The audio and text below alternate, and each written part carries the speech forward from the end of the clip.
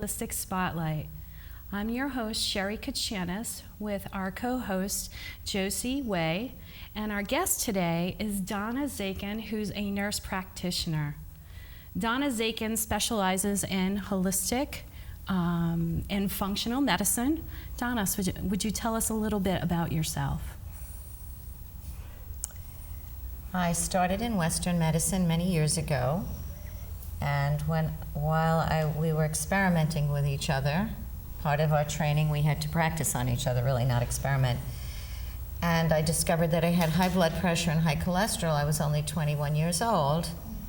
I decided that I wasn't going to take medications and go down the road my dad went down on many medications with many health issues. And so I looked into other options at that point. And I didn't get into the holistic arena really until 2004, since 2004. Kind of switched gears. Do you have a specialty? My specialty is chronic Lyme disease, but I also treat all chronic infections and symptoms.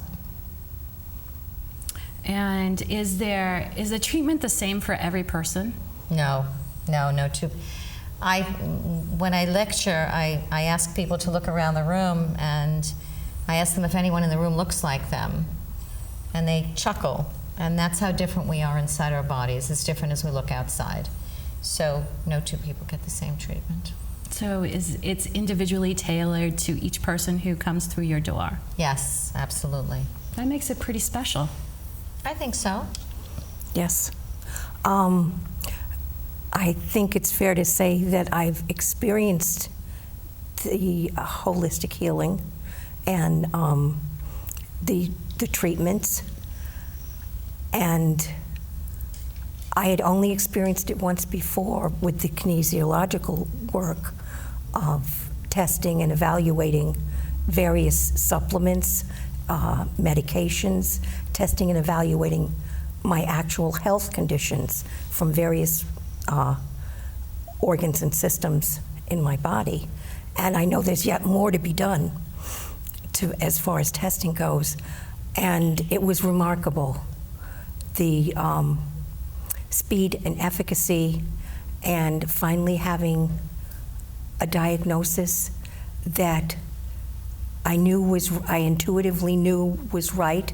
I had never really bought the original diagnosis. And the use of supplements, the use of homeopathy, the use of herbs, they all go hand in hand. There's a wonderful mat. Everybody loves the mat. Filled with amethyst and tourmaline, gently warmed. And I'm going to ask Donna to better tell you what the mat does and what the herbs and the supplements do to help.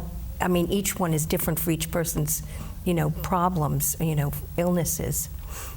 But so the mat that Josie's referring to is the biomat.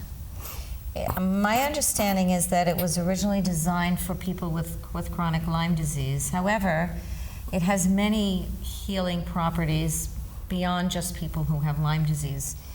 The amethyst crystals, which is filled with, are healing. Also, the electromagnetic field, which you get from cell phones, Wi-Fi, is not good for one's health. So while you're on this mat, while you're lying on the mat, it protects you from the electromagnetic field energy.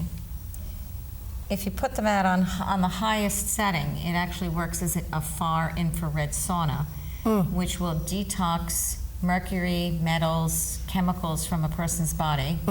Even mold can be detoxed through the skin, through the sweating, although sweating without a far infrared sauna does not detox, only with the far infrared sauna. Oh, I didn't know that.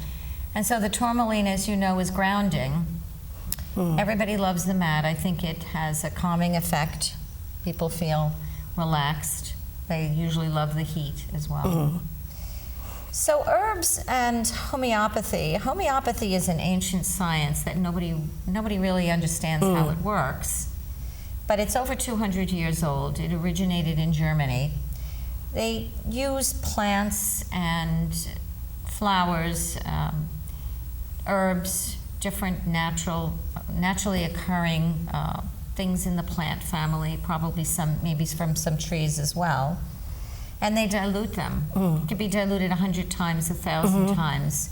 So more is not necessarily better. They have a vibrational energy. That's what's in them. And that's the way I believe they work. It's difficult to figure out what the right homeopathic remedy is for somebody, and the actual training to become a homeopath, I think, is about 3 or 3.5 years. I'm not a homeopath. I only use limited homeopathic remedies that I'm familiar with. The herbs are stronger. So the herbs would be similar to Western medicine in the sense that you can take an herb to treat a symptom. Except that we're made out of energy, and herbs have a vibrational energy, as do we. So you're kind of like putting pieces together that fit of a puzzle, as opposed to taking a Western medication, which is frequently made in a lab and with chemicals. Yeah, synthesized. Right, but there are times when we do need those as well. I believe in the best of both worlds. Yes. That's my philosophy. You know, you don't throw out the bath water, you know, you don't throw out the baby with the bath water. Right. When you decide to get rid of the bath water, you know. There are times when surgery is called for, and that there are times when that would be the absolutely worst approach to, you know, I mean, a bad fingernail, let's get out the scalpel, you know. No, you know, I know I'm just exaggerating, but. There's a place for both, absolutely. Yeah, and someday we will see them working side by side, hand in hand. Hopefully. Yeah, maybe not in our lives, but I hope to see from the other side, and I will work towards that. Donna, tell us about your initial consultation with a patient and what's entailed in that process. So an initial consultation includes a very comprehensive history. I don't know how many pages it is. It's probably 20 to 30, 15, 14 pages. Thank you. It's long. It's long. It takes, what, at least half an hour to fill it out? It maybe took me, an hour? It depends on how many symptoms you have. That's true. That's true. Plus a symptom checklist.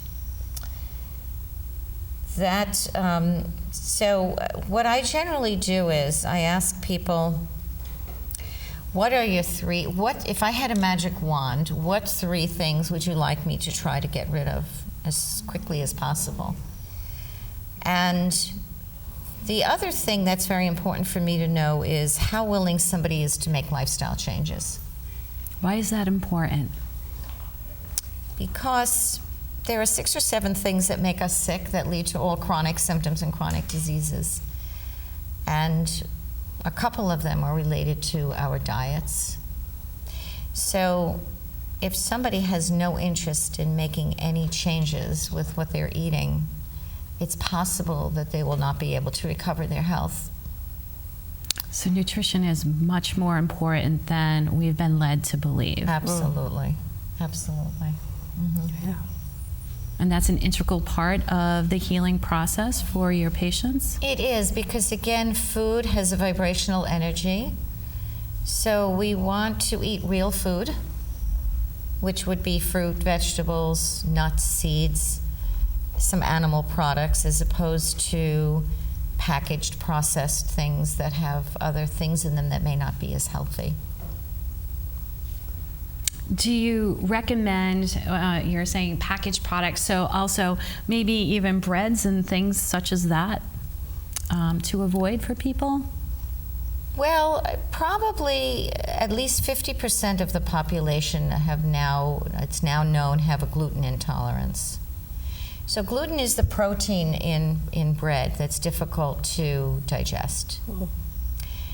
It's frequently missed in terms of symptoms. Somebody can go to their doctor and say they're having joint pain, or they may develop high blood pressure. The doctor may not realize that it's from gluten. It's just not going to be up there on their list of causes. So it may not be diagnosed. And there are some physicians who do run the blood work. There is a blood test for it. However, 15% of people who take that blood test will test negative who have gluten intolerance. So what that means is if your test is positive, you have gluten intolerance, but if the test is negative, it doesn't necessarily mean you don't have it. Doesn't seem like the test is really worth it if that's the case. I went through an endoscopy to test for celiac disease, and they tested, which is a gluten intolerance. Right. I tested okay because nobody told me. They told me after I had the test that I had already gone on the gluten-free diet 2 weeks before, so there were no symptoms in my body anymore of the gluten intolerance. Yes, that's true. You have to pig out on gluten before the test. Yeah, to show that you have a problem. I think the easiest thing to do, it takes up to 72 hours to get symptoms from a food sensitivity, and roughly 72 hours for the symptoms to leave. So if somebody goes off gluten for, I have them go off it for 5 to 7 days and they're feeling better, then stay off. Although through kinesiology, I can find out if somebody has gluten sensitivity. Now, for those people that don't know, could you explain kinesiology, especially with your friend over there? So, kinesiology, there are many types of kinesiology. The type that I do is called autonomic response testing. So we have a central nervous system which has an intelligence. If you go to touch a fire, you don't have to say, well, let's see, I think that's hot, I think I'm going to remove my hand. Your hand automatically goes away from that fire. So a branch of the central nervous system is called the autonomic nervous system. That also has an intelligence. The autonomic nervous system is also responsible for orchestrating all of the organs. So therein lies your hormones, your heart, your stomach, your digestion, your gallbladder and liver, which is for detoxification, your bladder, your thyroid gland, and several others. And bones and joints, and, you know, to some degree. Those wouldn't really be organs. No, they're not organs, but you can get answers about the entire body. I can, true, right. And so the autonomic response testing is much more commonly used on the West Coast and in Europe than it is on the East Coast. It's not as common here. But it is a way for me to find out what is wrong with a person's body. It's based on quantum physics, which is kind of complex, and what that person needs to heal their body. So this is quite different from Western medicine, which is more taking medication for symptoms. And invasive. Well, it can be, but at times, you know, I believe for acute illness, Western medicine is wonderful. If someone's having a heart attack or a stroke, or they've broken a leg, or they have appendicitis, they need to be in a hospital, and it will save a life. For chronic symptoms and chronic conditions, my approach is quite different from that Western approach. So it would be more to find out what is causing the problem, and how can, if we remove the cause and we heal the organs that are affected, or the joints, then we can promote a cure. We can get rid of that problem. You know, an example is what I alluded to earlier about finding out at 21 years old that I had high blood pressure and high cholesterol, which both my parents had. And I don't have high blood pressure or high cholesterol, and I've never been on any medication, but I did make changes. I made sacrifices.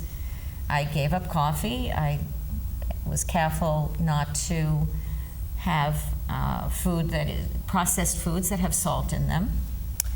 Non-steroidals, which not everybody is familiar with that term. That can be Motrin, Naproxen, Advil. There are many brands. Ibuprofen. Those can raise blood pressure. So I wouldn't take those. And probably some other things along the way. And I'm fine. So just because you even have a family history, I think people think, oh, my mom and my dad had arthritis, that's why I have it. You may have a predisposition to it, but it doesn't mean it has to express itself, because we have a huge gene pool, and those genes don't have to express themselves. So by finding out why did mom and dad have it, probably the same reason that you have it is why your parents had it. It might have been gluten intolerance. So, or nightshades can cause arthritis. So by finding out what's causing it, and then healing those joints and removing that, a person's body can heal. Our bodies innately want to be healthy. They want us to feel good and be healthy. And our lifespan is supposed to equal our health span, which people don't realize. What does that mean? That means that if you are predestined to live 65 years, you're supposed to be healthy until you're 65 and then just pass away. People think that they're supposed to be sick, that they get to a certain age and they have pain and aches because they're getting older. It's not true. Nobody should have aches or pains. It means that something's wrong, and we need to find out what's causing that so we can get rid of it. Donna, you mentioned nightshades. What are those specifically?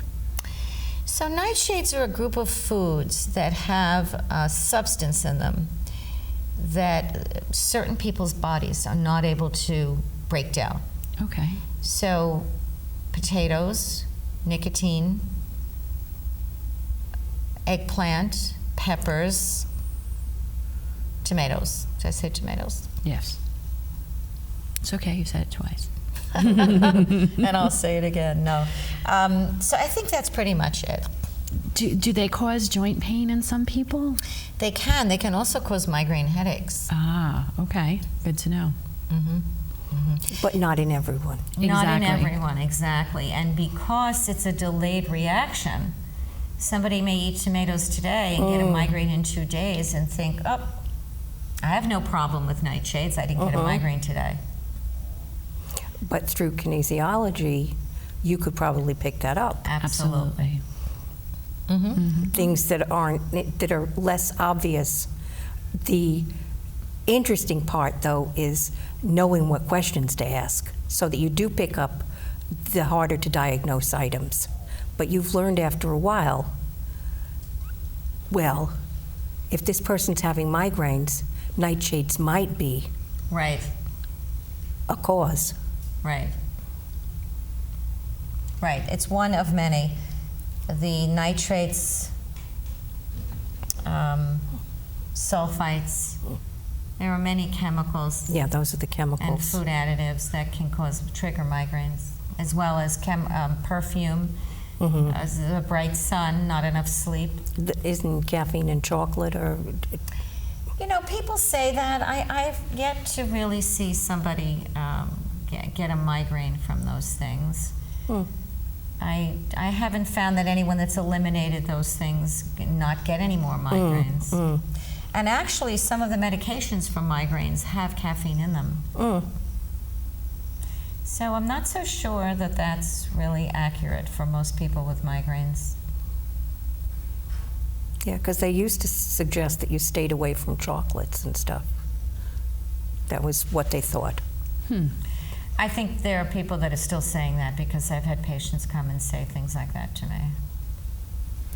So when you're with a patient and you have them in your treatment room, what's the first thing that you do? How do you go through the process to diagnose? So What I do is we eliminate some of the superfluous things that may be in somebody's energy field that I don't really need to be aware of through tapping, which is very similar to EFT, which is emotional field technique. We use MFT.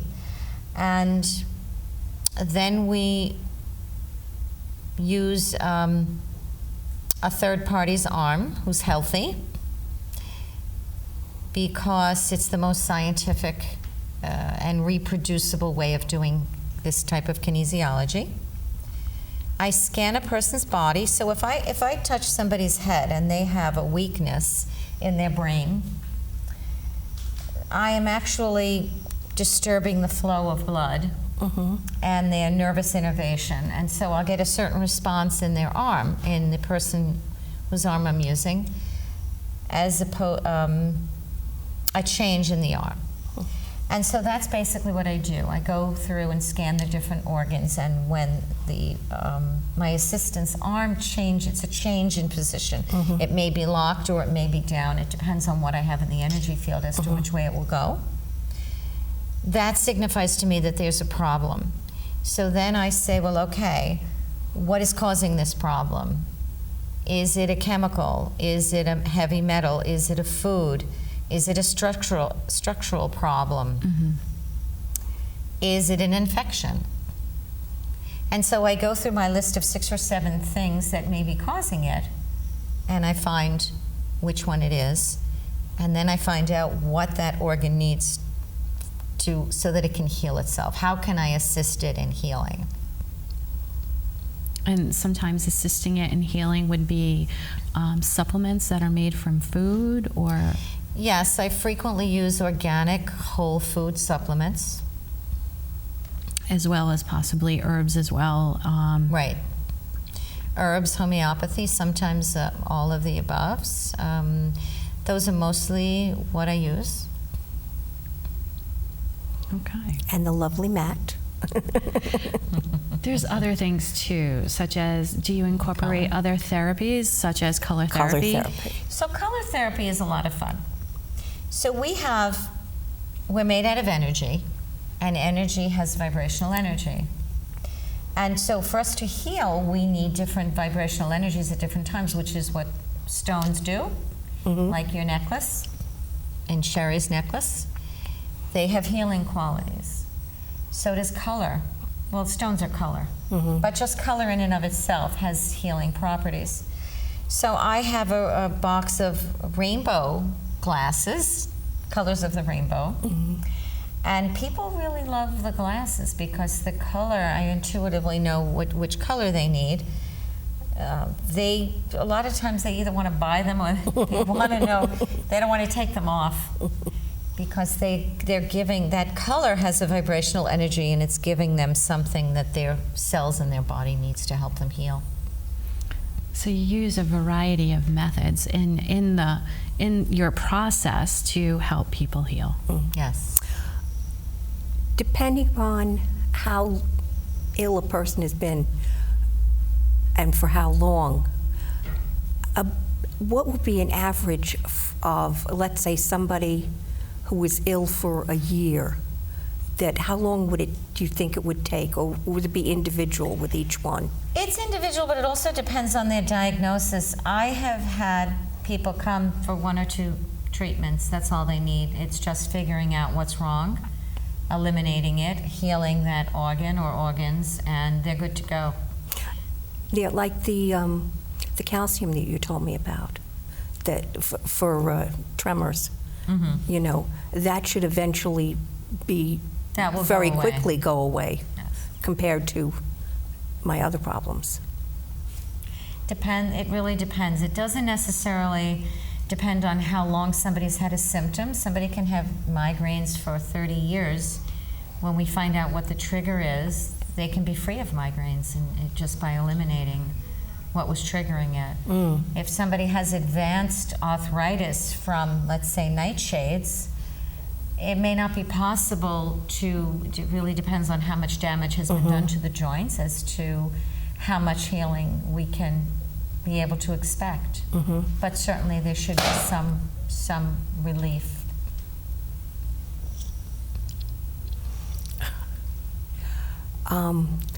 We have only about a minute left in the show.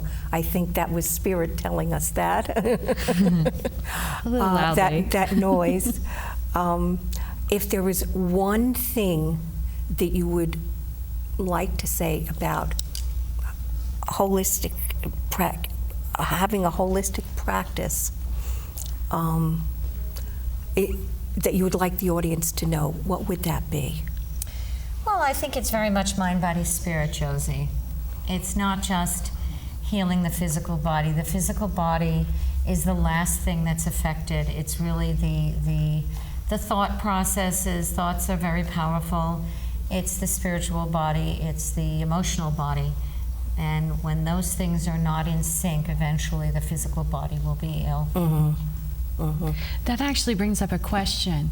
Do you send some of your patients to other people for different types of treatments to assist with their process? Absolutely.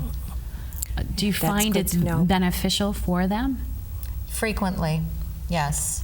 Neurolinguistic programming, healers, energy healers. Massage therapist. Massage therapy, family constellation work. Craniosacral. Craniosacral. Lymphatic drainage massage. Yes, I was going to say. I couldn't think of the name. Sometimes acupuncture. Mm. So again, I generally get a sense about what would benefit a person, and that's where we start with what I think may help. But it's very important to utilize other modalities. I can't help anybody heal without the help of others. Are you located in Rhode Island? I am. I'm on the east side of Providence. So pretty easy It's to easy get to get to. Well, except when your GPS takes you the long way.